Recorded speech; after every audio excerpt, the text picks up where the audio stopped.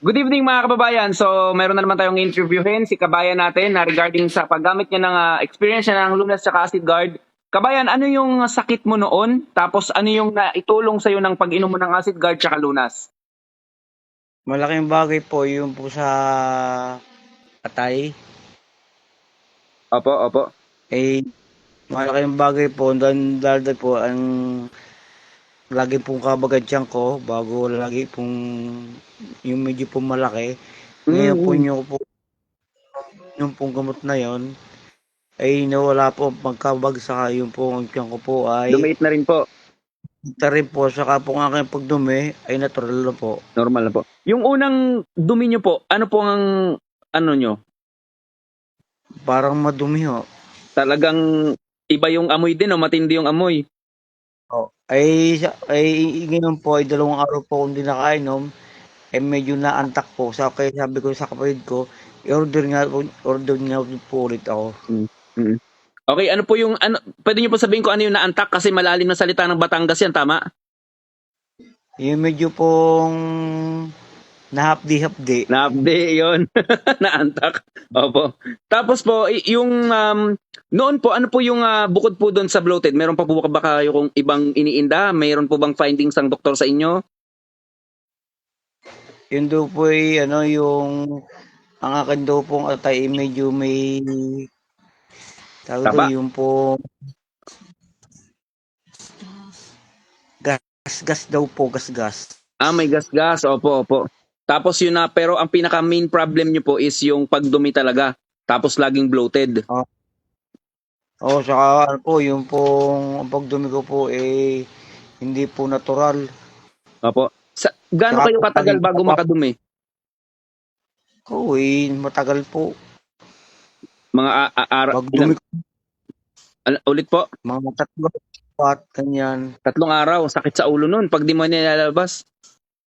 Sakit naman ako Pero po ngayon, kamusta na po ang kalagayan nyo? Okay na po, malaki po pinagbago nyo po yung uminom po ng gamot na yun. Nainom din po kayo ng Lunas. Tsaka acid guard po pala, yung tubig. Opo. Yung grado nyo po, mataas po yung salamin nyo? Mataas ang grado nyan? Opo, 250 po. 250. Obserbahan nyo po, subukan nyo kabayan, yung tubig ng acid guard, yung pinagbabaran, magpatak po kayo kahit 3 beses sa loob ng isang araw. Obserbahan nyo. Kasi marami na rin po kasing bumaba yung grado dahil sa pagpatak nila ng tubig ng acid guard.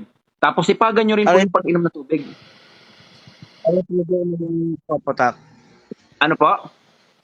Ano po doon ang ibababad? Di ba po, yung acid guard, yung binababad nyo doon sa, yung bato na pinagbabaran nyo ng tubig. Tama po? Opo. Ayun. Yung pinagbabaran nyo po ng tubig, pag lumipas po ang isang oras, patak nyo po, kahit gamitan nyo po ng bulak, tapos ipampatak nyo po yung kuha kayo ng tubig, tapos ipatak nyo gamit ang bulak. Malabo na naman mata ko Opo. Makakatulong po yan. Gano'n na po kayo katagal umiinom ng acid guard tsaka Lunas? Medyo matagal-tagal na rin po. Mga wala pa po? 2 bote po, 2 bote. 2 bote. So, linggo pa lang. Ano po? Wala pang 1 buwan. Wala po. Okay. 1 buwan. 1 buwan na po. 1 buwan na rin. Opo. Kayo lang po ang nainom dyan sa bahay o meron pa po kayong kamag-anak dyan na nainom? Asawa nyo, pinainom nyo rin po? Yung pong kapatid ka sa nanay ko. Kamusta naman daw po? Okay naman po. Okay. So kabayan, padalahan kita ng 2 bote ng Lunas, tapos patry ko rin sa iyo yung bago nating oil, yung PFC oil, yung Pinoy Farmer Essential Oil. Bago ka matulog, magpahid ka nun sa likod mo para yung mga lamig mo sa katawan is malusaw. Ayun. Opo. Parang nasakit din po mga katawan ko. Yan, kailangan niyo po yan. Kailangan niyo po yung niyo po, maganda yun. Tapos sarap yung tulog niyo, pagising niyo parang energetic talaga kayo. Yun. Salamat po. Saan po pala kayo sa Batangas? Dito po sa Tanawa, sa Tarapiche. Sa Tanawan. Nagbabarik pa po kayo? Ay, hindi na.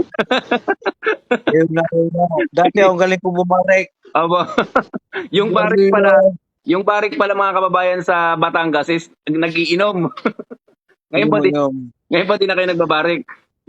hindi na sa sigarilyo, lakas nininda ko. Amoy pa na pinalis na. Opo, tama po yun. Sa Lunas tsaka Acid Guard, nalilinis din po yung baga natin kasi kung matagal tayo noon nagiinom ng alak tsaka sigarilyo, may mga naiiwan pa po yan. Kagandahan po sa Lunas tsaka Acid Guard, malilinis niya po yan.